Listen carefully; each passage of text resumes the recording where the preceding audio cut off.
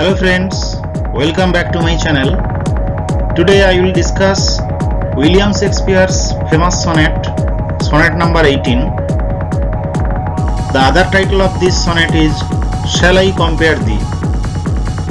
Shall I Compare Thee is a sonnet of friendship group, and before starting the text we will know a few things about the poet and the poem.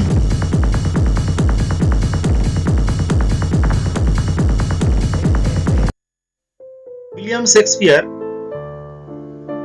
জন্মেছিলেন 26শে April 1564 সালে, প্রয়াত হন 23rd April 1616 সালের 23শে April তিনি মারা যান।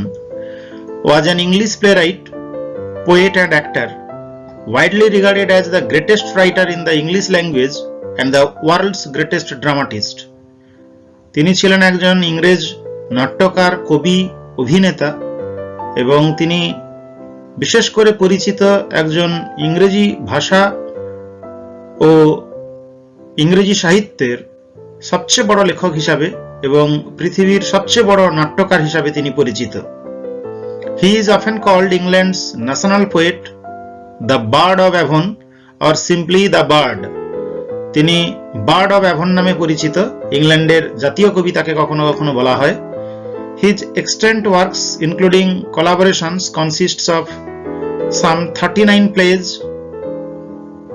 Actually তিনি 37 খানা নাটক লিখেছেন, কোলাবোরেশনে দুটো, টোটাল 39 নাটক, 39টা নাটক লিখেছেন তিনি। 154 sonnets, 154 খানা সনেট লিখেছেন। 2 long narrative poems, দুটো লম্বা ন্যারেটিভ কবিতা, and a few other verses, some of uncertain authorship, এবং আরো বেশ কয়েকটি লেখা যেগুলোর অথরশিপ নিয়ে নানা ডিবেট রয়েছে। His plays have been translated into every major living language and are performed more than those of any other playwright. Shakespeare was born and raised in Stratford upon Avon, Warwickshire, and that's why he is called Bard of Avon. At the age of 18, he married Anne Hathaway, with whom he had 3 children. And to tell about the career of William Shakespeare, he started career as a horsekeeper in Globe Theatre, later actor, dramatist, and he is considered one of the finest and most acclaimed writers of world literature. বিশ্ব সাহিত্যের তিনি একজন কিংবদন্তি লেখক। William শেক্সপিয়ারের ঠিক জীবনের মাঝের খানটা আমরা জানতে পারি না, একটা এনিগমেটিক এবং একটা রহস্যময় জীবনযাপন। যখন মনে করা হয় তিনি তার গ্রাম ছেড়ে লন্ডনের উদ্দেশ্যে পালিয়ে গিয়েছিলেন এবং সেটা নিয়ে নানা বিতর্ক রয়েছে। যাই হোক, এটি হচ্ছে শেক্সপিয়ারের বার্থপ্লেস নামে খ্যাত। ফ্রেন্ডস, আমরা জানি সনেটের সঙ্গে উইলিয়াম শেক্সপিয়ারের নাম ওতপ্রোতভাবে জড়িত। শেক্সপিয়ার জন্মেছিলেন এলিজাবেথান যুগে, অর্থাৎ 16th সেঞ্চুরিতে ইংল্যান্ডে সনেট ফর্ম জনপ্রিয়তা লাভ করে। টমাস ইয়াট এবং আর্ল অফ সারে ইংল্যান্ডে সনেট ইন্ট্রোডিউস করেছিলেন। তারপরে sir Philip Sidney, Edmund Spenser এবং অনেকেই, মাইকেল ড্রেটন, ড্যানিয়েল, এরা সবাই সনেট লেখেন। কিন্তু এরা মূলত পেত্রার্কান সনেট লিখতেন, অর্থাৎ ইংল্যান্ডের কবিরা ইটালিয়ান কবি পেত্রার্ক বা পেত্রার্কের যে স্টাইল তাকে ফলো করতেন। পেত্রার্কান সনেটের দুটো স্তবক থাকে, একটা অক্টেভ, একটা সেস্টেট। 8 লাইনের স্তবককে অক্টেভ বলা হয়, 6 লাইনের স্তবককে সেস্টেট বলা হয়। অক্টেটে যে প্যাটার্নটা থাকে সেটা হচ্ছে এবিবিএ এবিবিএ, এবং সেস্টেট হয় সিডিই সিডিই বা সিডি সিডি সিডি। বিভিন্ন সনেটগুলোতে রাইম স্কিমের একটা ভ্যারিয়েশন থাকলেও মোটামুটি রাইম স্কিম এটা। কিন্তু প্রথম উইলিয়াম শেক্সপিয়ার এই সনেটের স্ট্রাকচারকে সরিয়ে দিয়ে তিনি নতুন একটা ফর্ম চালু করলেন। সেই রাইম স্কিমটা হচ্ছে A B A B C D C D E F E F G G. ফলে এই দিক দিয়ে দেখতে গেলে ইংল্যান্ডের এই কবি উইলিয়াম শেক্সপিয়ার তার যে সনেট এবং তার যে সনেটের রাইম স্কিম এবং থিমেটিক্যাল যে ব্যাপারগুলো সেগুলোর ক্ষেত্রে প্রথম পরিবর্তন আনলেন। এবং সেই জন্যই শেক্সপিয়ারের নামে এই প্রকারের সনেটকে বলা হয় Shakespearean sonnet. And Shakespearean sonnet is named after Shakespeare not only because he invented it, but because he is the most famous writer of this type of sonnet. He wrote 154 sonnets. Typically, the English sonnet explores love of friendship and many other themes such as time, regeneration, etc. এবং শেক্সপিয়ারের এই পৃথিবী বিখ্যাত সনেটগুলোকে 154 খানা সনেটকে মূলত তিনটা গ্রুপে ভাগ করা হয়। একটা হচ্ছে ফেয়ার ইয়থ গ্রুপ, যেখানে তিনি তার বন্ধুকে উৎসর্গ করেছেন, ফ্রেন্ডশিপ গ্রুপ 1 থেকে 126, ডার্ক লেডি গ্রুপ যেখানে 127 থেকে 152 পর্যন্ত সনেটগুলো রয়েছে। ডার্ক লেডি আইডেন্টিটি আমরা জানতে পারি না, এনিগম্যাটিক, বন্ধুর মতোই।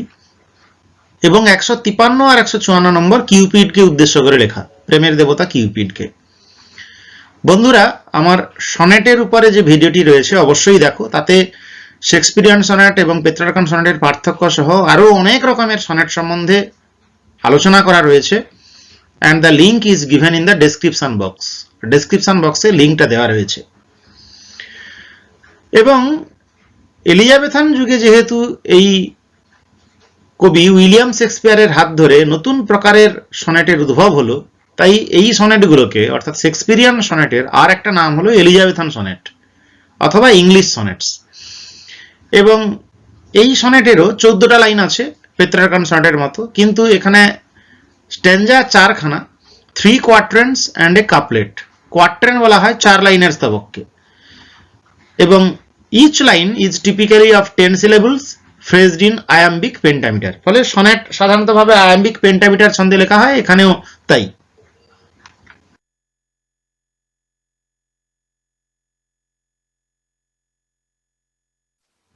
এখন আমরা দেখে নেব শেক্সপিয়ারের সনেট সম্পর্কে। Shakespeare published his sonnets in 1609। 1609 সালে শেক্সপিয়ারের সমস্ত সনেট পাবলিশড হয়। The sonnets were the last of Shakespeare's non-dramatic works to be printed. Scholars are not certain when each of the 154 sonnets was composed, but evidence suggests that Shakespeare wrote sonnets throughout his career as for a private readership. ফলে সারা জীবন ধরে তিনি লিখেছেন, আবার কেউ কেউ মনে করেন না জীবনের শেষের দিকে তিনি লিখেছেন। যাই হোক, নির্দিষ্ট করে আমরা বলতে পারবো না কোন সময়টাই লেখা হয়েছে।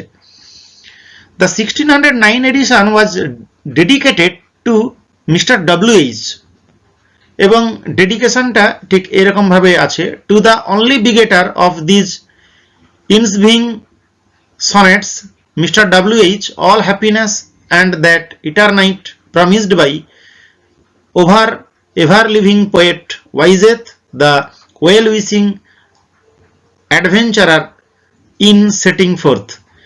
TT T T is actually Thomas Thorpe, the publisher. Actually এই যে সনেট এবং যে 1609 এর এডিশনটা উৎসর্গ করা হলো টু মিস্টার ডব্লিউএইচ, কে এই মিস্টার ডব্লিউএইচ? এবং এটা শেক্সপিয়ার লিখেছিলেন না টিটি লিখেছিলেন অর্থাৎ টমাস থর্প লিখেছিলেন, কারণ তার ইনিশিয়ালস রয়েছে, আমরা কেউই এটা জানি না। নানা রকমের থিওরি রয়েছে। Critics praise the sonnets as a profound meditation on the nature of love, sexual passion, procreation, death and time. যাই হোক, সমালোচকরা এই সনেটগুলোকে এর বিষয়বস্তুর জন্য নানা বিষয়ের উপর ভিত্তি করে যেহেতু লেখা, প্রশংসা করেন তারা। এবং এই মিস্টার ডব্লিউএইচ এর পরিচয় আমরা পরিষ্কার করে জানতেও পারি না, যে কে এমন বন্ধু যাকে উৎসর্গ করেছিলেন উইলিয়াম শেক্সপিয়ার তার এই সনেটগুলো। Wordsworth believed that with the sonnets Shakespeare unlocked his heart. কিন্তু ওয়ার্ডসওয়ার্থ, বিখ্যাত রোমান্টিক কবি, তিনি বিশ্বাস করতেন শেক্সপিয়ার এই সনেটগুলোর মধ্য দিয়ে তিনি তার হৃদয়কে উন্মোচন করেছিলেন।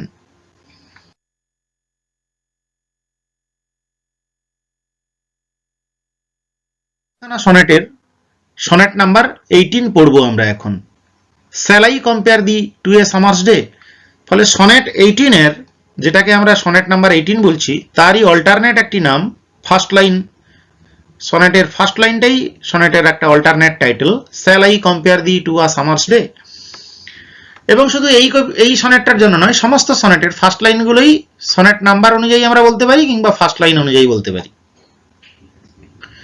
উইলিয়াম শেক্সপিয়ার 1564 to 1616, 1564 থেকে 1616, was a famous English poet and dramatist in the 16th century.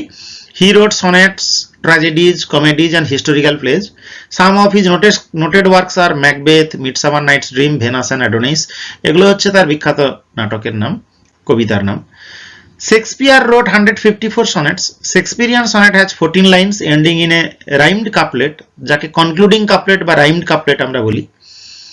In this poem, Shakespeare inquires into the theme of the destruction brought by time and the eternal quality of art which transcends the ravages of time. এই সনেটে Shakespeare অনুসন্ধান করার চেষ্টা করেছেন ধ্বংসের বিষয়টাকে, brought by time, সময় যে ধ্বংস বয়ে নিয়ে আসে, and the eternal quality of art, কিন্তু শিল্পের যে চিরন্তন বা শাশ্বত বৈশিষ্ট্য রয়েছে সেটাকেও তিনি উদ্ঘাটন করেছেন, which transcends the ravages of time, যেটা সময়ের আক্রমণকে প্রতিহত করে টিকে থাকতে পারে। অর্থাৎ সময় যতই তার থাবা বসাক না কেন, শিল্প যে চিরন্তন একটা প্রভাব ফেলতে পারে, art is permanent, life is short, এই ভাবনাটা এই কবিতায় প্রকাশিত হয়েছে।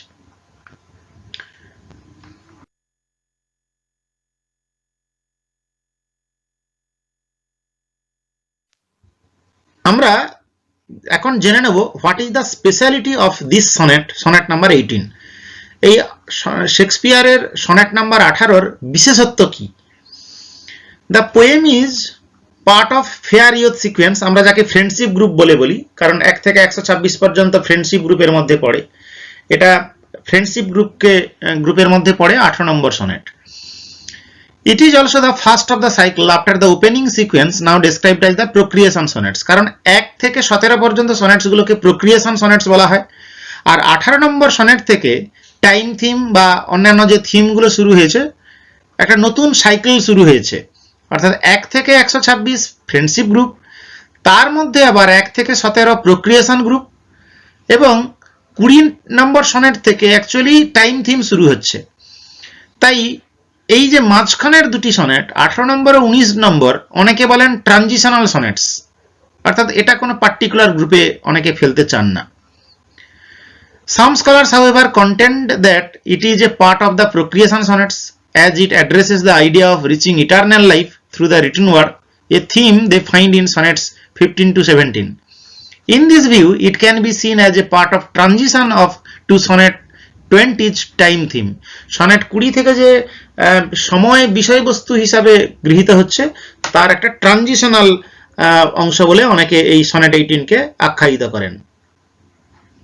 আর একটি জিনিস এই সনেট 18 সম্বন্ধে জানতে হবে যে এটা একটা typical obviously English and or Shakespearean sonnet, কারণ শেক্সপিয়ারের লেখা, এখানেও ওই রাইম স্কিম রয়েছে, A B A B, C D C D, E F E F, G G, এবং শেষে কনক্লুডিং কাপলেট রয়েছে। 3 কোয়াট্রেন্স, 4 লাইনের স্তবককে কোয়াট্রেন বলা হয়, 3খানা কোয়াট্রেন এবং শেষে একটা concluding couplet. The poem reflect the rhetorical tradition of an Italian or Petrarchan sonnet. এই কবিতার বিষয় মানে বিশেষ বৈশিষ্ট্য হচ্ছে যে যদিও এটা শেক্সপিয়ারিয়ান ইন রাইম স্কিম, কিন্তু এখানে আমরা একটা ভুলটা দেখতে পাবো 9 নম্বর লাইনে, যেটা পেত্রার্কান সনেটের ক্ষেত্রে সাধারণতভাবে শুরু হয়। When Shakespeare likely wrote these poems, the Petrarchan sonnet sometimes haunts Shakespeare's writings. অনেকে মনে করেন শেক্সপিয়ার তার নিজের ঘরানায় কবিতা লিখতে লিখতে পেত্রার্কান সনেটের প্রভাব কিন্তু তাকে প্রভাবিত করত। So the sonnet is thus a subtle hybrid between the two kinds of sonnets. তাই এই 18 নম্বর সনেট শুধুমাত্র থিমেটিক্যালি ট্রানজিশন আনছে তা নয়, প্যাটার্নগতভাবে এটা শেক্সপিয়ারিয়ান এবং পেত্রার্কান সনেটের একটা হাইব্রিড বা ক্রস। এখন আরেকটি জিনিস আমরা বিশ্লেষণ করার পরে কবিতায় চলে যাব, সেটি হচ্ছে what is the identity of this fair youth to whom the sonnets have been addressed. কাকে উদ্দেশ্য করে কবি লিখেছেন? কবি তার এই 1609 সালের আমরা যেটা দেখলাম যে এডিশনে মিস্টার ডব্লিউএইচ কে উদ্দেশ্য করে লিখেছেন, কিন্তু who is mister WH? Number one, the identity of the fair youth has been a subject of speculation among scholars. One popular theory is that he was Henry Wriothesley, the third Earl of Southampton. So this is third Earl of Southampton এবং তিনি একজন যুবক এবং খুবই সুন্দর দেখতে ছিলেন. He was both an admirer and patron of Shakespeare and was considered one of the most prominent nobles of the period. So the fair youth যার কে উদ্দেশ্য করে সনেটগুলো লিখেছেন তিনি হবেন আর্ল অফ সাউদাম্পটন হতে পারেন. সেকেন্ড একটা ওপিনিয়ন ক্রিটিকদের মধ্য থেকে আসে যে তিনি Shakespeare's another patron and the final contender in this list William Herbert WH, যেমন হেনরি রিয়াথলে HW বা উল্টে লিখলে WH বোঝায়, মিস্টার WH এখানে উইলিয়াম হারবার্টকেও বোঝাতে পারে. থার্ড আর্ল অফ পেমব্রুক, ইনি ছিলেন থার্ড আর্ল অফ পেমব্রুক এবং ইনিও সুদর্শন ছিলেন যার রেফারেন্স শেক্সপিয়ার উল্লেখ করতে পারেন. Also has a strong case for being Shakespeare's fair youth. এখন থার্ড ইন্টারপ্রিটেশন যেটা আছে, আরো অনেক ইন্টারপ্রিটেশন রয়েছে, আমি মেন তিনটা দিয়েছি. Founded in the interpretations that the relationship was Platonic, this theory suggests that the fair youth was Shakespeare's nephew William Hart. কিন্তু উইলিয়াম হার্ট অনেক ছোট ছিলেন শেক্সপিয়ারের চেয়ে, অনেক ছোট, ফলে উইলিয়াম হার্টও হতে পারে, কিন্তু আমরা শিওর করে বলতে পারবো না. তবে মোটামুটি হয়তো আর্ল অফ সাউদাম্পটন কিংবা থার্ড আর্ল অফ পেমব্রুক এরা হতে পারেন. এই সনেটগুলো তার ফেয়ার ইয়থকে উদ্দেশ্য করে লিখেছেন. আমরা ফার্স্ট 8 লাইন্স দেখব. 2 quatrains. Shall I compare thee to a summer's day? Thou art more lovely and more temperate. Rough winds do shake the darling buds of May, and summer's lease hath all too short a date. Sometimes too hot the eye of heaven shines, and often is his gold complexion dimmed, and every fair from fair sometime declines by chance or nature's changing course untrimmed. The rhyme scheme used AB, day, May, AA, temperate, date, BB, shines, declines, CC, dimmed, untrimmed, DD. So first quatrain ABAB, second quatrain CDCD. Now let us deconstruct the lines. Meaning আমরা দেখব. Shall I compare thee to a summer's day? আমি কি তোমাকে গ্রীষ্মের দিনের সঙ্গে তুলনা করতে পারি, বা আমি কি তোমাকে গ্রীষ্মের দিনের সঙ্গে তুলনা করব? Actually shall I here refers the poet or the speaker lover. এখানে শেক্সপিয়ারকে বোঝানো হচ্ছে. কবি নিজেই বলছেন shall I compare মানে তুলনা করা. দি, এখানে দি রেফার্স টু ইউ, দি মানে তুমি, তোমাকে কি আমি তুলনা করতে পারি?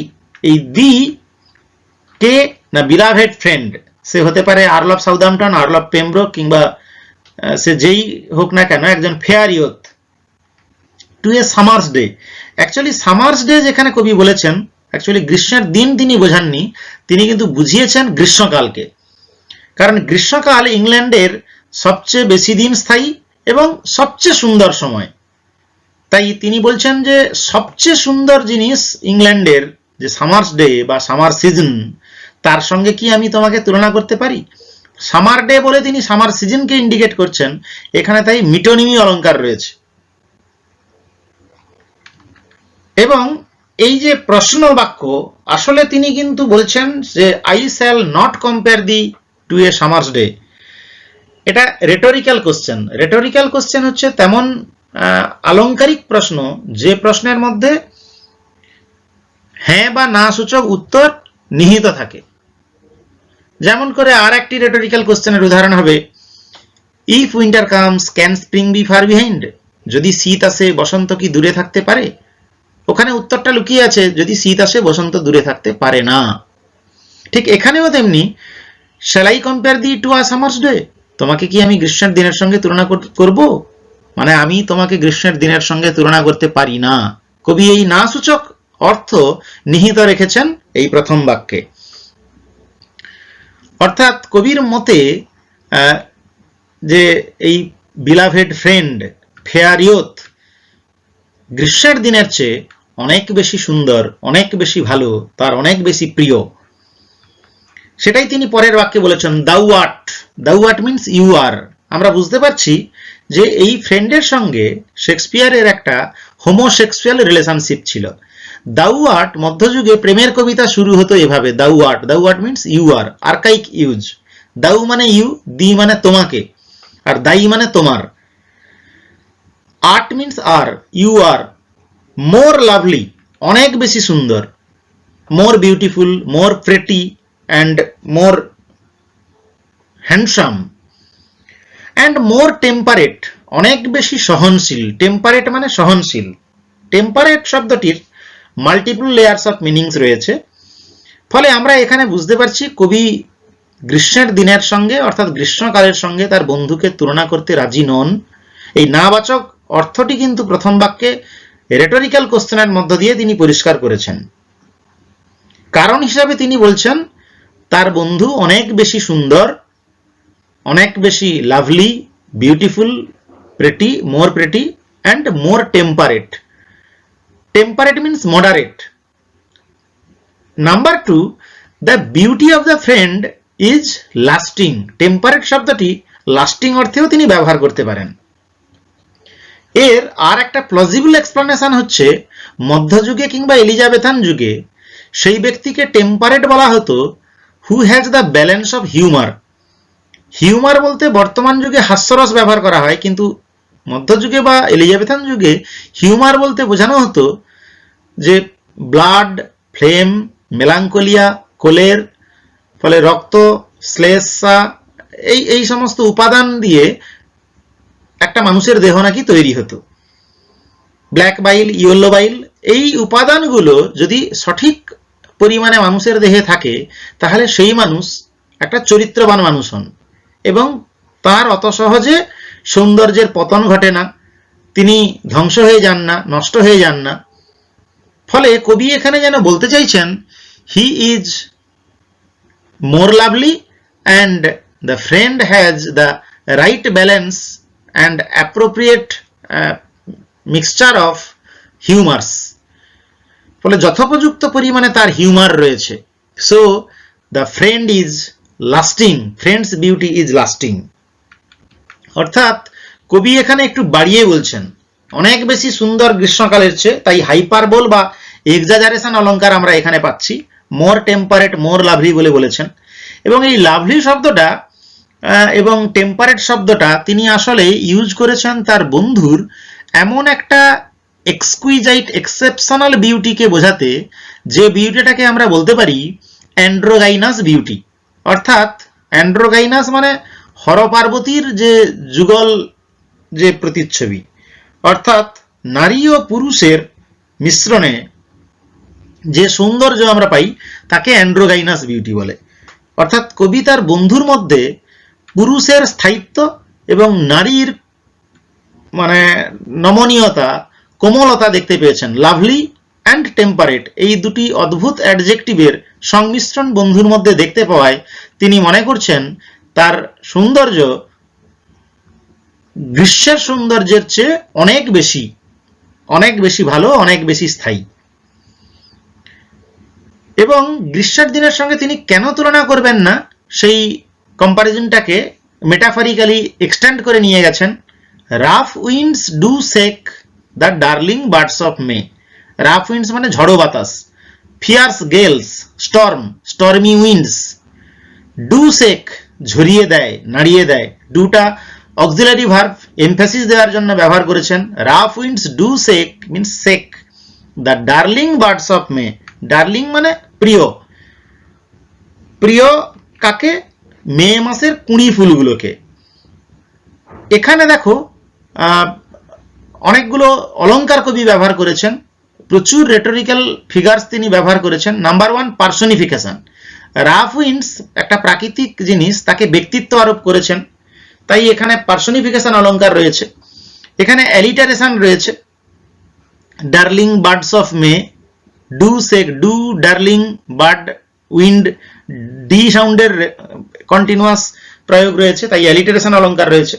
এখানে মেটাফরিক্যালি তিনি যেন বলছেন ডার্লিং বার্ডগুলোকে ডার্লিং বলে তিনি বলেছেন। অ্যাকচুয়ালি ডার্লিং শব্দটির অর্থ হলো ফেভারিট। মে মাসের প্রিয় কুঁড়ি ফুলগুলোকে ঝরিয়ে দেয় ঝড়ো বাতাস। তাহলে গ্রীষ্মকাল সবচেয়ে সুন্দর নয়, সবচেয়ে সুন্দর ঋতু হতে পারে না, কারণ প্রিয় কুঁড়ি ফুলগুলো ঝরে যায় ঝড়ে। ফলে ডার্লিং বলতে ফেভারিট টার্ম ব্যবহার করা হয়েছে। ডার্লিং আমরা বলি সাধারণতভাবে বিলাভেডকে। আসলে কবি এই বিলাভেড বলতে তার যে বন্ধুর কথা বলছেন তার সঙ্গে একটা অ্যাসোসিয়েশন তৈরি করেছেন। ডার্লিং বলতে আমরা কিন্তু বিউটিফুল অর্থেও ব্যবহার করতে পারি। Beautiful birds of May and beautiful and beloved, these are the reference to the fair youth and their intimate homosexual relationship. Again এই বার্ডস শব্দটা symbol of number one expectation, কারণ কুঁড়ি আগামীতে ফোটে, আমাদের আশা আকাঙ্ক্ষার প্রতীক। এই বার্ডস আরো একটা প্রতীক ফুলনেস অফ বিউটি, কারণ গ্রীষ্মকালে সৌন্দর্য পরিপূর্ণতা রূপ লাভ করবে, তার প্রতীক হচ্ছে এই কুঁড়ি, অর্থাৎ সেই কুঁড়িকে ঝরিয়ে দেয় গ্রীষ্মকালের ঝড়ো বাতাস। নাম্বার থ্রি, এই bird is the symbol of growing relation, অর্থাৎ কবির সঙ্গে তার বন্ধুর যে সম্পর্ক ধীরে ধীরে বৃদ্ধি পাচ্ছে, homosexual relationship Gates the stronger position, কবি কিন্তু হালকা ইঙ্গিত করে গেছেন এই বার্ড শব্দটার দ্বারা প্রতীকীভাবে, সিম্বলিক্যালি। অ্যান্ড সামার্স লিজ, এবং কবি এখানে সেই কথাই বলছেন যে গ্রীষ্মের দিনের সঙ্গে তিনি তুলনা করতে পারবেন না তার বন্ধুকে, কারণ বন্ধু অনেক বেশি সুন্দর, অনেক বেশি সহনশীল, অনেক বেশি তার সৌন্দর্য স্থায়ী, এবং গ্রীষ্মের অনেক নেগেটিভ পয়েন্টস রয়েছে। What are those negative points? Number one, rough winds shake the darling buds of May. May is the representative of the summer season, কারণ মে মাসে গ্রীষ্মকাল একদম চূড়ান্তভাবে থাকে, অর্থাৎ মে মাসের কুঁড়ি ফুলগুলোকে ঝরিয়ে দেয় ঝড়ো বাতাস। And number two, summer's lease hath all too short a date, এবং গ্রীষ্মের স্প্যান অফ টাইম, লিজ বলতে বলা হয় span of time. Actually lease হচ্ছে একটা legal term, meaning a contract or agreement, একটা চুক্তিকে বোঝায়, একটি আইনি টার্ম এটা একটা। এবং গ্রীষ্ম যেন সময় নিয়ে নেয়, কিসের সময় নেয়? ঋতুদের কাছ থেকে, কিংবা বছরের একটা সময় নেয়, এবং সেই সময়টা নির্দিষ্ট, ম্যাক্সিমাম 3 মান্থ। ইংল্যান্ডে 4টি ঋতু রয়েছে প্রধান, সামার, অটাম, উইন্টার, স্প্রিং। ফলে সামার তার ভাগে পড়ে মাত্র 3 মাস, সেই জন্যই কবি বলছেন and summer's lease hath all too short a date. Too short a date means short lived, summer is transient and summer is not permanent, অর্থাৎ সামার নির্দিষ্ট দিনের জন্য স্থায়ী, and summer does not live for a long period or permanently. গ্রীষ্মকাল তো চিরস্থায়ী নয়, কিন্তু কবি বলছেন তার বন্ধুর সৌন্দর্য মোর টেম্পারেট বা স্থায়ী, permanent, lasting, and he is more lovely, এবং সে অনেক বেশি সুন্দর, more beautiful, pretty, and has the eternal quality. সেই জন্য তিনি কোনোভাবেই প্রথম লাইনে কবি শিওর করে বলেছেন I shall not compare thee to a summer's day, সেটা রেটরিক্যাল কোশ্চেনের মধ্যে দিয়ে বুঝিয়েছেন।